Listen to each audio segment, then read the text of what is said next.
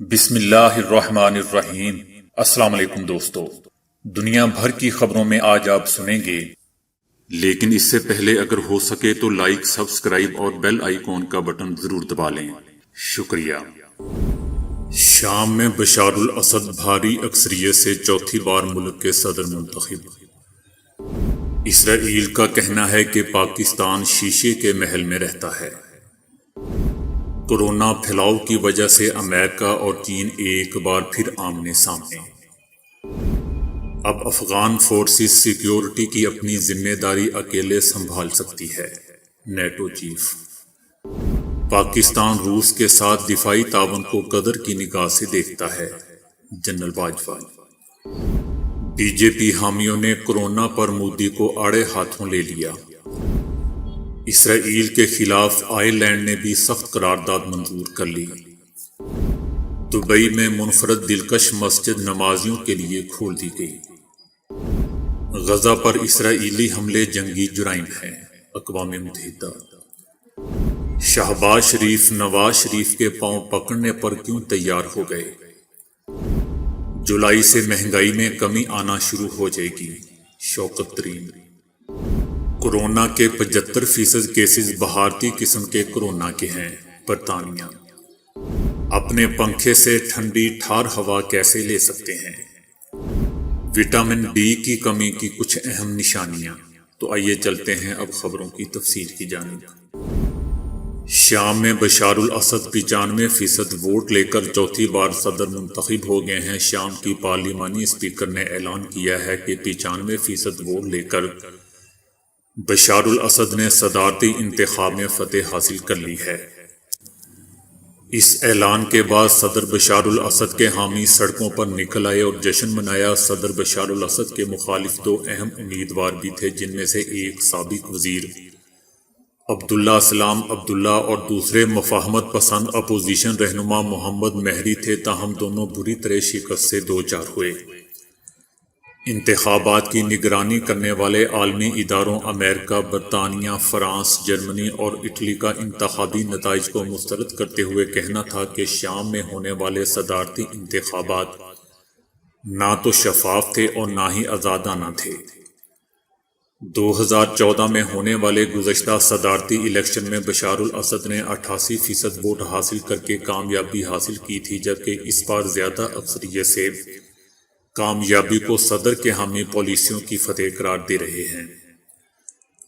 دوستو، یاد رہے کہ شام میں ایک دہائی سے جاری لڑائی میں 3,88,000 افراد لقمہ اجل بن گئے ہیں، جبکہ 10 لاکھ سے زائد افراد بے گھر ہو چکے ہیں۔ اسرائیلی حکومت نے طنز کرتے ہوئے کہا ہے کہ انسانی حقوق کا چیمپئن پاکستان عملی طور پر خود ایک شیشے کے محل میں رہتا ہے۔ دوستو، پاکستان نے کہا تھا کہ آج مقبوضہ فلسطینی علاقے بشمول مشرقی یروشلم میں انسانی حقوق کی خوفناک صورتحال پر اقوام متحدہ کے انسانی حقوق کمیشن کا خصوصی اجلاس ہوگا۔ وزیر خارجہ شاہ محمود قریشی اس اجلاس سے خطاب کریں گے اور کمیشن کو پاکستان کے تناظر میں توقعات سے آگاہ کریں گے۔ اسرائیلی حکومت کا کہنا تھا کہ انسانی حقوق کا چیمپئن پاکستان، جو عملی طور پر شیشے کے محل میں رہتا ہے، مشرق وسطیٰ کی واحد جمہوریت اسرائیل کو اقوام متحدہ کے انسانی حقوق کمیشن کے خصوصی سیشن میں انسانی حقوق کی تبلیغ کرے گا۔ چائنا کا کہنا ہے کہ امریکہ کا واحد مقصد وبا کو اپنے مقاصد کے لیے استعمال کر کے دوسروں کو بدنام کرنا ہے۔ صدر جو بائیڈن کی جانب سے کورونا کے پھیلاؤ سے متعلق دوبارہ تحقیقات کا حکم دینے پر امریکہ اور چائنا ایک بار پھر آمنے سامنے آ چکے ہیں۔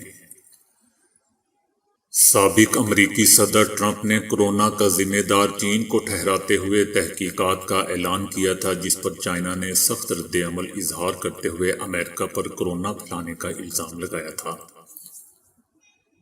جبکہ اس معاملے پر دونوں ممالک کے درمیان شدید کشیدگی بھی دیکھنے میں آئی تھی، اب ایک بار پھر جو بائیڈن کی جانب سے کورونا کے وجود میں آنے کا پتہ لگانے کے لیے انٹیلیجنس ایجنسیز کو ٹاسک دیا گیا ہے۔ جس پر چائنا نے ایک بار پھر سخت رد عمل دیتے ہوئے کورونا کا ذمہ دار امریکہ کو ٹھہرایا ہے۔ چائنا کا مزید کہنا ہے کہ امریکہ کو نہ ہی سچ کی پرواہ ہے اور نہ ہی کورونا کے وجود میں آنے سے متعلق سنجیدہ سائنسی تحقیقات میں دلچسپی ہے۔ امریکہ کا واحد مقصد کورونا کی وبا کو استعمال کر کے دوسروں کو بدنام کرنا اور سیاسی مقاصد کے تحت الزام لگانا ہے۔ چائنا نے میری لینڈ میں واقع امریکی تحقیقاتی لیب میں وائرس بنانے کا الزام عائد کرتے ہوئے کہا کہ پوری دنیا میں موجود امریکہ کی 200 سے زیادہ لیبز میں ایسے کون سے خفیہ راز پوشیدہ ہیں جس کو وہاں تک رسائی نہیں۔ اس حوالے سے امریکہ پوری دنیا کو جواب دہ ہے۔ بین الاقوامی عسکری اتحاد نیٹو نے ایک بیان میں کہا ہے کہ نیٹو نے تقریباً 2 دہائیوں تک افغانستان میں سیکیورٹی فراہم کی ہے، لیکن اب وہاں کی حکومت اور فورسز اس قدر مضبوط ہو چکی ہیں کہ وہ بین الاقوامی دستوں کی مدد کے بغیر ہی اپنے پاؤں پر کھڑی ہو سکتی ہیں۔ نیٹو نے افغانستان میں سیکیورٹی کی ذمہ داریاں سال 2003 میں اٹھائی تھیں۔ ان کے اس وقت 9,000 سے بھی کم اہلکار افغانستان میں موجود ہیں، جن میں 3,500 کے قریب معاون سویلین عملہ بھی شامل ہے اور انہیں بھی ستمبر 11 کی ڈیڈ لائن سے پہلے افغانستان سے واپس جانا ہے۔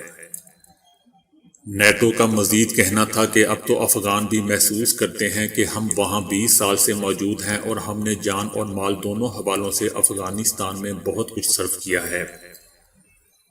اب اگر سیکیورٹی فورسز کی اہلیت کی بات ہو یا معاشی پیش رفت کی، افغانستان دونوں حوالوں سے کافی آگے نکل چکا ہے۔ انہوں نے کہا کہ کبھی تو افغانوں کو اپنے ملک میں امن اور استحکام کی ذمہ داریاں خود اٹھانا ہی تھیں، لیکن دوستو، ایسے میں جب امریکہ اور نیٹو اہلکار افغانستان سے انخلاء کی تیاریاں کر رہی ہیں، ملک میں تشدد کے واقعات میں اضافہ ہو رہا ہے، کئی علاقوں میں طالبان کو غلبہ حاصل ہے، بین الاقوامی انخلاء کا عمل جاری ہے اور بہت سے حکام اور تجزیہ کاروں کا اس بارے میں کہنا ہے کہ جب امریکہ افغانستان سے مکمل طور پر نکل جائے گا تو طالبان بہت جلد حکومت اور اس کی سیکیورٹی فورسز پر غالب آ جائیں گے۔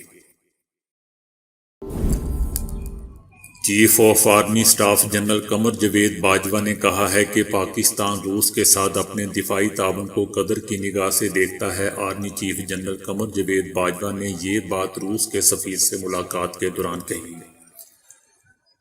Army chief general Qamar Javed Bajwa نے کہا کہ پاکستان پرامن افغانستان کا حامی ہے۔ انہوں نے روس کے وزیر خارجہ کے دورہ پاکستان کو بھی خوش آئند قرار دیا۔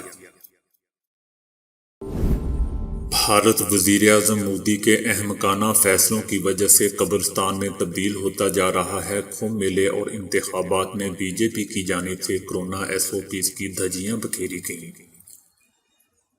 جن کا خمیازہ بھارتی عوام اب تک بھگت رہے ہیں۔ الجزیرہ کے مطابق نریندر مودی کی وجہ سے کورونا کی ہلاکت خیزی میں اضافے نے بھارتیہ جنتا پارٹی کے وفادار کارکنوں اور ہمدردوں کو بھی مودی سے متنفر کر دیا ہے۔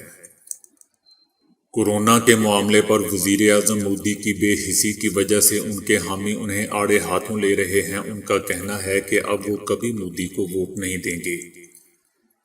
بھارت میں کورونا وبا سے ہونے والی اموات 3 لاکھ سے تجاوز کر گئی ہیں۔ ان کے حامیوں کا کہنا ہے کہ بھارتی وزیر اعظم نے کورونا وبا کے پیش نظر مؤثر حکمت عملی مرتب نہیں کی، جس کے نتیجے میں اب تک 3 لاکھ سے زائد بھارتی موت سے ہمکنار ہو چکے ہیں۔ گزشتہ ماہ ہی بی جے پی کے دیرینہ کارکن امیت جسوال کا اتر پردیش کے ایک چھوٹے سے گاؤں میں موت ہو گئی تھی۔ وہ کورونا مثبت آنے کے بعد محض 10 دنوں میں ہی چل بسے تھے۔ ان کے اہل خانہ مودی اور حکمران جماعت کے عہدیداروں کی مدد کی درخواست کرتے رہے، لیکن انہیں کوئی طبی امداد نہیں دی گئی۔ امیت جسوال کی موت کے بعد ان کے اہل خانہ نے اپنی کاروں پر پوسٹر لگوا دیے کہ مودی کی بے حسی کو کبھی معاف نہیں کریں گے۔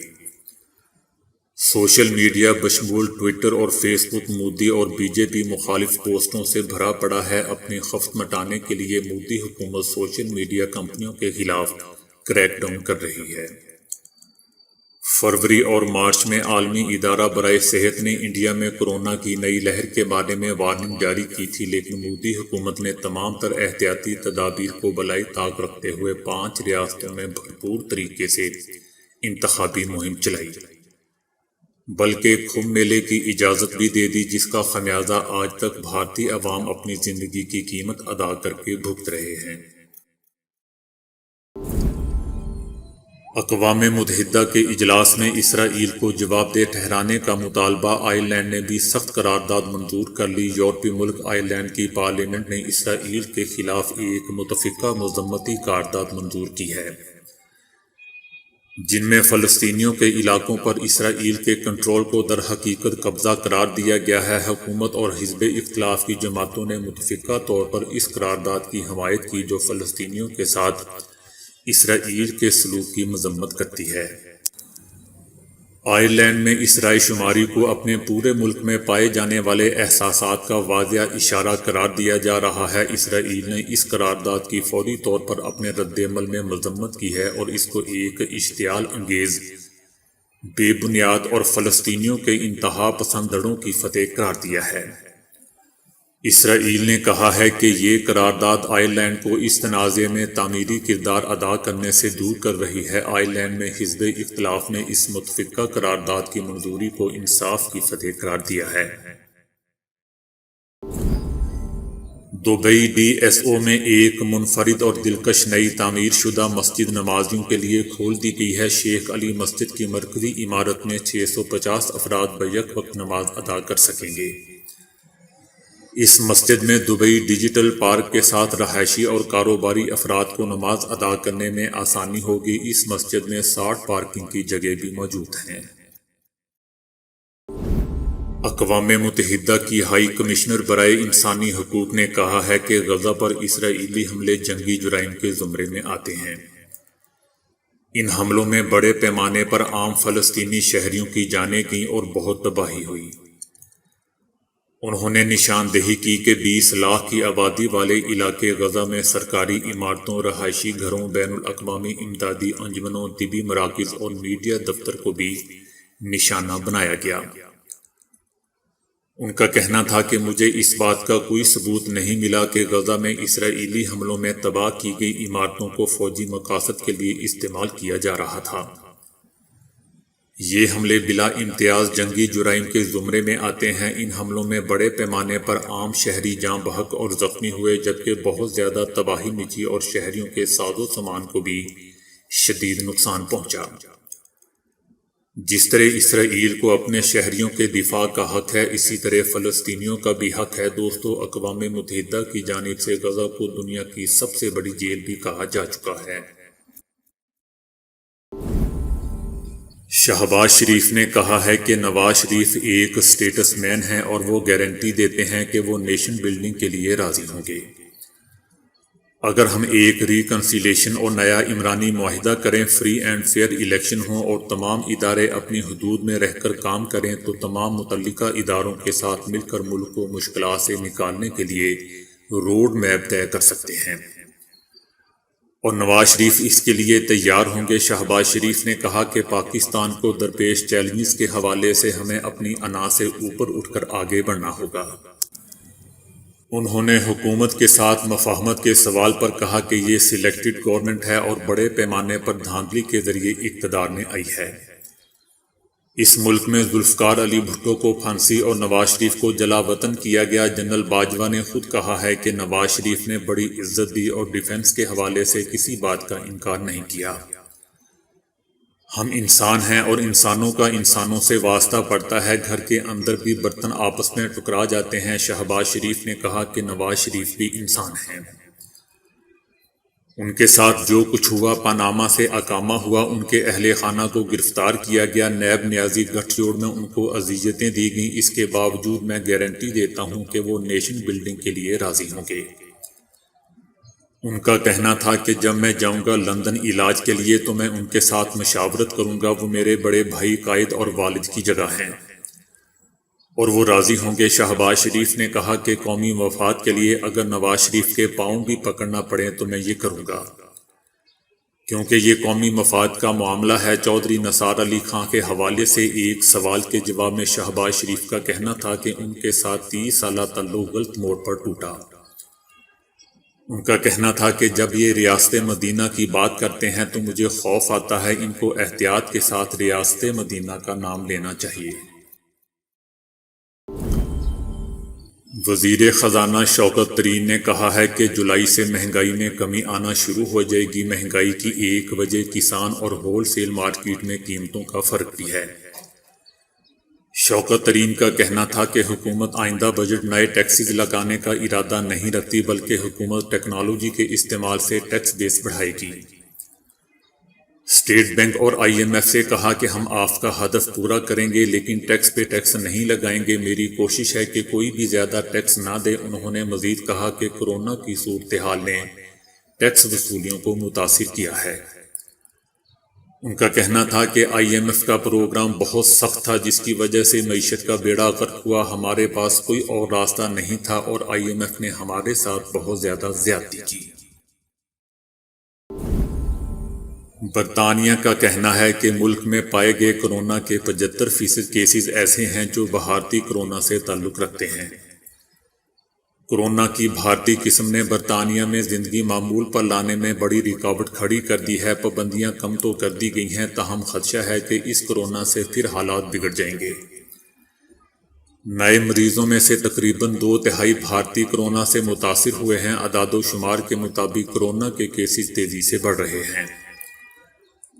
حکومت کو کیسز میں اس قدر اضافے کا بالکل بھی اندازہ نہیں تھا۔ دوستو، یاد رہے کہ برطانوی حکومت نے ابتدا میں نئے کورونا کے کیسز سامنے آنے پر بھارت کو تاخیر سے ریڈ لسٹ میں شامل کیا تھا، جس کی وجہ سے برطانیہ میں کیسز میں اضافہ ہوا ہے۔ ابتدا میں برطانوی حکام نئے کورونا کو شناخت نہیں کر سکے تھے، جس کے باعث یہ کورونا برطانیہ سے دیگر ممالک تک جا پہنچا۔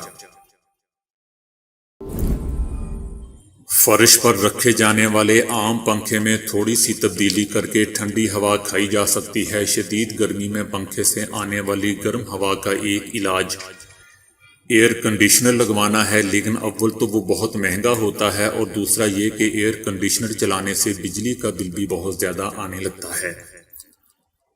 اس مسئلے کا ایک عام اور آسان حل یہ ہے کہ پنکھے ہی کو ٹھنڈی ہوا میں تبدیل کر دیا جائے۔ اس کے لیے سب سے پہلے کولڈ ڈرنک کی 2 بوتلیں لیجئے۔ دونوں بوتلوں کے پھندے اس طرح کاٹیے کہ نچلا حصہ مکمل طور پر الگ نہ ہو بلکہ ایک طرف سے جڑا رہے، جسے ڈھکنے کی طرح کھولا جا سکے۔ بوتلوں کے باقی نچلے حصے میں نصف پر چاروں جانب کاویے یا کسی گرم سوراخ سے گول سوراخ کر دیجئے۔ بوتلوں کے ڈھکنے مضبوطی سے بند کر کے انہیں الٹا کیجئے اور باریک تار کی مدد سے فین کے پیچھے والی جالی پر باندھ دیجئے۔ اب فریزر میں جمائی گئی برف کے چھوٹے چھوٹے ٹکڑے آئس کیوبز لے کر ان بوتلوں کو آدھا بھر دیجئے۔ یہ کارروائی مکمل کرنے کے بعد فین چلا لیجئے اور اس کے سامنے بیٹھ کر ٹھنڈی ہوا کا لطف لیجئے۔ آس پاس دوستو کتنی ہی شدید گرمی کیوں نہ ہو، لیکن آپ محسوس کریں گے کہ پنکھے سے آنے والی ہوا بہت ٹھنڈی ہو چکی ہے۔ اگر آپ کے پاس بڑا فین ہے تو 500 ملی لیٹر کی بجائے 1 لیٹر والی کولڈ ڈرنک بوتل استعمال کرنا زیادہ مناسب رہے گا۔ وٹامن ڈی خوراک اور سورج کی روشنی سے حاصل ہوتا ہے۔ ہمارے ہاں سورج تو خوب چمکتا ہے، لیکن اس کے باوجود ایک سٹڈی کے مطابق 80% سے زیادہ افراد وٹامن ڈی کی کمی کا شکار ہیں، یعنی تقریباً ہر 10 میں سے 8 افراد اس کا شکار ہیں۔ ڈاکٹرز کا کہنا ہے کہ جلد کا رنگ ڈارک یا گہرا ہو وٹامن ڈی کی کمی کی ایک بڑی نشانی ہے۔ ڈاکٹرز کے مطابق گہری جلد والوں کو کم از کم دن میں 10 دفعہ مناسب وقت سورج کی روشنی میں گزارنا چاہیے۔ بڑی عمر کے لوگ اپنا زیادہ وقت گھر میں کمرے میں گزارتے ہیں اور عمر کے بڑھنے کی وجہ سے سورج سے نوجوانوں کی نسبت 10% کم انرجی حاصل کرتے ہیں۔ لہٰذا بڑی عمر میں خوراک میں زیادہ وٹامن ڈی استعمال کرنا چاہیے اور مناسب وقت دھوپ میں گزارنا چاہیے، لیکن آج کل کی گرمی والی دھوپ میں نہیں۔ ڈاکٹرز کی ایک تحقیق کے مطابق وٹامن ڈی کی کمی کا شکار لوگوں کا ڈپریشن میں مبتلا ہونے کا خطرہ عام لوگوں کی نسبت 11% زیادہ ہوتا ہے۔ زیادہ موٹے افراد کو عام لوگوں سے زیادہ وٹامن ڈی کی ضرورت ہوتی ہے اور وٹامن ڈی کی کمی چربی کو پگھلنے نہیں دیتی اور جسم کا وزن بڑھ جاتا ہے۔ جسم میں جوڑوں میں اور ہڈیوں میں درد کی ایک بڑی وجہ وٹامن ڈی کی کمی ہے۔ اس کمی کا شکار افراد کو کمر درد، جوڑوں کا درد، ٹانگوں میں درد اور پسلیوں میں درد کی عام شکایات ہوتی ہیں۔ ڈاکٹر حضرات کا کہنا ہے کہ سر میں پسینہ آنا وٹامن ڈی کی کمی کی پہلی نشانی ہے جسے بالکل بھی نظر انداز نہیں کرنا چاہیے۔ وٹامن ڈی کی کمی جانچنے کے لیے خون کے نمونوں کو لیبارٹری میں ٹیسٹ کرنا پڑتا ہے تاکہ جسم میں وٹامن کی صحیح مقدار کا اندازہ لگایا جا سکے۔ اگر آپ نارمل ہیں اور اوپر دی گئی ہوئی کسی نشانی کو بار بار محسوس کر رہے ہیں تو بہتر ہے کہ اپنے ڈاکٹر سے مشورہ کر لیں۔ تو دوستو، آج کے لیے اتنا ہی۔ ویڈیو کو لائک اور شیئر کرنے کا بہت بہت شکریہ۔